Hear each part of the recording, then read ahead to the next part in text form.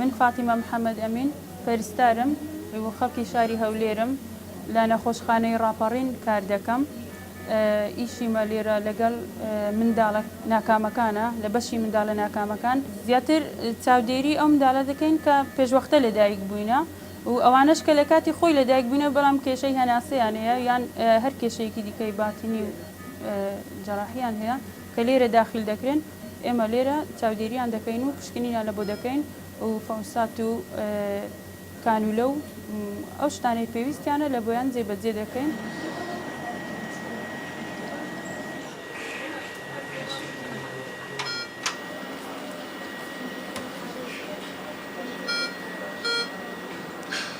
و ڕۆژانە لەگەڵ ئەو منداڵانە خەریک دەبین و سەرڕای ئیشی خۆمان و نەقسی هەندێک شت بەڵام بە ئەرکی خۆمان هەڵدەستین و ماندووبوونمان لەگەڵ ئەو منداڵانەیە زەحمەتی زۆری تێدایە لەگەڵ ئەو منداڵانە لەبەرەوەی پێشوەختە لەدایک بوونە و زۆر بچووکن و ئیشکردن لەگەڵیان هەندێک زەحمەتترە لە چاو ئەو منداڵانەی کە تەمەنیان گەورەترە و یان کەسانی گەورەتر ئەوانە فەرقیان هەیە.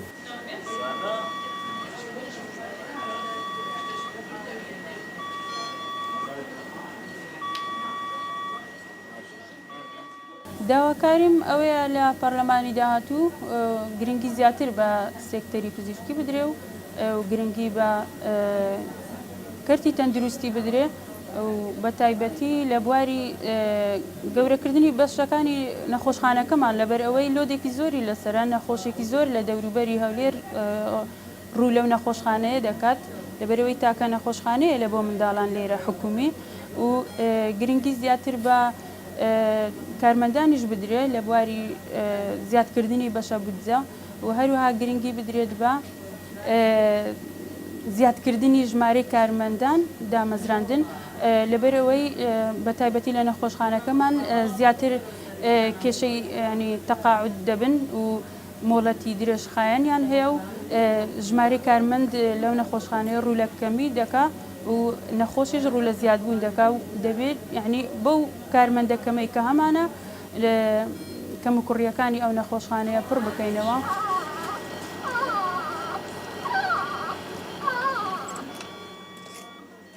بۆ ئەوەی ئەو داواکاریانە جێبەجێ بکرێ و داواکاری هەموو خەڵکیش جێبەجێ بکرێ داوا لە هەموو کەسولایەنەکان دەکەم بەرەو سندوقەکانی دەنگدان بڕۆن و داوا لەو کەسانە دەکەم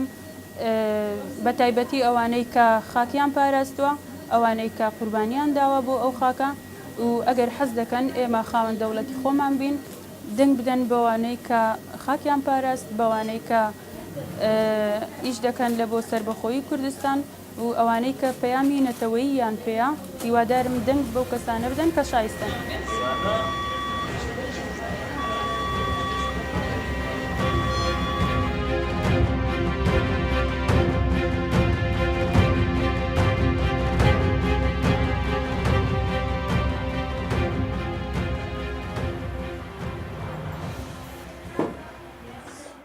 ناوم مەنیجە عەلیە دایکی 5 منداڵم سێکچم هەیە لە خەیاتی 30 ساڵە خەیاتم تقریبی 10 ساڵ ئیشی دیزاینەکەم لەگەڵ مناڵەکانمە لەگەڵ کچەکانمە یارمەتی هەردوو کچەکەم دوو کچە گەورەکەم ئیشی دیزاینی جلی کوردی و جلوبەرگی کوردی لەگەڵ کچە گەورەکەشمە ئیشی حیجاب بەشی حیجاب لەوەشە هەر ئیشەکەین ئیشی لەسەرەکەین ئیتر چەند ساڵە تقریبا 30 ساڵە من لە 14 ساڵیەوە دەستم کردو بە خەیاتی حەزم لێ بووە زۆر بوارێکی خۆشە بۆ ئافرەت هەم وەکو پارە پیاکردنی هەموو خۆ مەشغوڵکردنی لە ماڵەوە مهنەیەکی خۆشە فەرمیە مناڵەکانی خۆم هەر لەسەر ئەو مەعیشەتە بەخێو کردووە.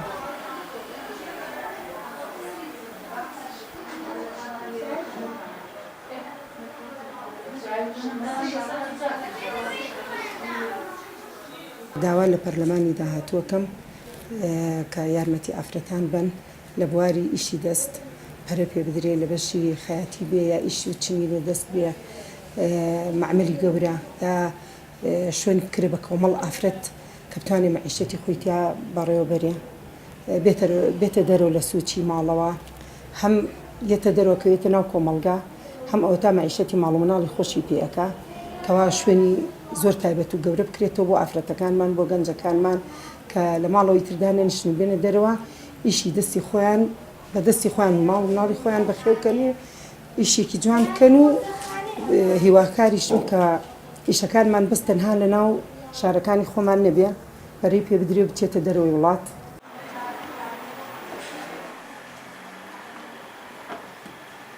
بۆ دەنگدانیش هیوادارم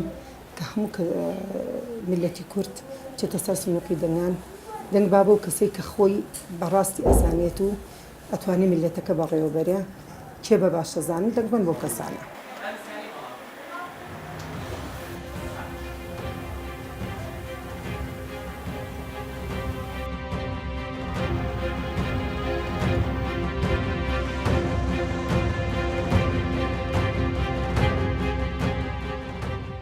من سۆزی دڵشادم کە خەڵکی سلێمانیم پاڵانی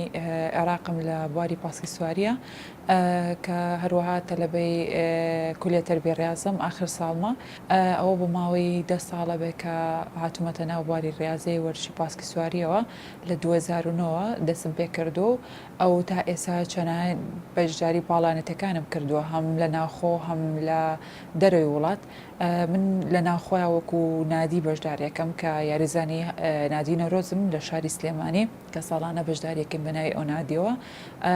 بە خۆشحاڵیەوە تا ئێستا توانیوە چەنە ئاستی باش بەدەست بێنم مستەواکە یعنی لە مستەواکی زۆر باشا بووم لە فترێکی کەمە کە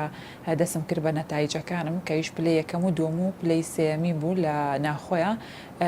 بە خۆشحاڵیەوە ئەوە ماوەی 5 ساڵە لەسەر یەکە توانیومە بمە پاڵەوانی عێراق واتە یەکەمی عێراق کە هەموو عێراق بەشداری تیا کردبوو لە پاڵانەتیانەیە کە ئەکرێ ساڵانە.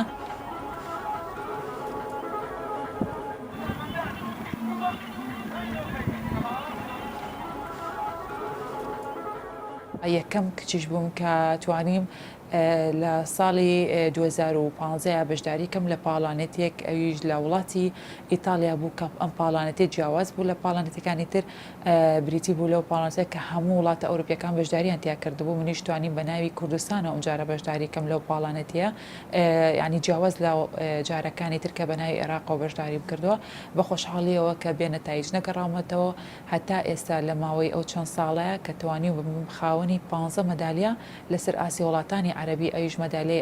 ئاڵتونە 2 ئاڵتونم هەیە هەروەها ئەوانەی تریش بڕۆنز و زیون مەدالیاکانم یعنی لێ ئێستاشا ئێمە دانەبڕین لە تەمرین و مەشقەکانمان ڕۆژانە تەمرین و مەشقی خۆمان ئەکەین لە شاری سلێمانی ئەویش لەسەر جادەی عامەکانە جادەی دوکان ڕاپەڕینە ئێمە تەمرینی خۆمان لەوێ ئەکەین ڕۆژانە ئیتر بەپێی مەشقەکان ڕۆژانە سەعاتێ بۆ 2 ساعت بۆ 3 ساعت تەمرینەکانمان ئەڕاواتە 50 کیلۆمەترە مەسافەکانی یان 6 کیلۆمەترە کەمەکەمەکەی ئەو پاڕی بگاتە 30 کیلۆمەتر ئێمە ڕۆژانە مەشقی خۆمانەکەین.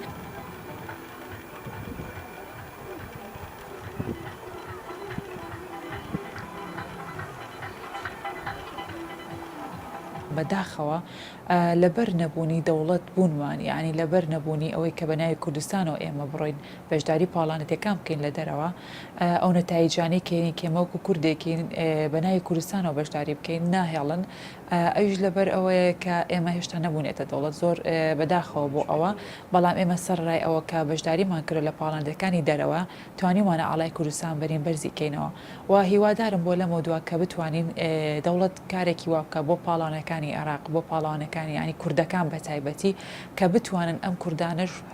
هاوشانی وڵاتانی تر بچون بەشداری کەم بە ناوی وڵاتەکەی خۆیانەوە ینی وڵاتەکەی خۆیان ناودارکەن سەربەرزکەنەوە ئاڵای ئەو وڵاتی خۆمان بەرزکەینەوە هیوادارم ئەمانە کاری بۆ بکرێن و بۆ ئەوەی چیتر کوردەکانمان بە ناوی کوردستانەوە بڕۆن بەشداریکەن لە پاڵانەتیانەیە چونکە بەڕاستی ئەوەی کوردەکە ئاست و مستەوای باشە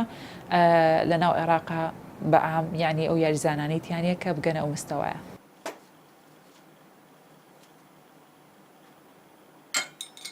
ئەو لە ئێستاشە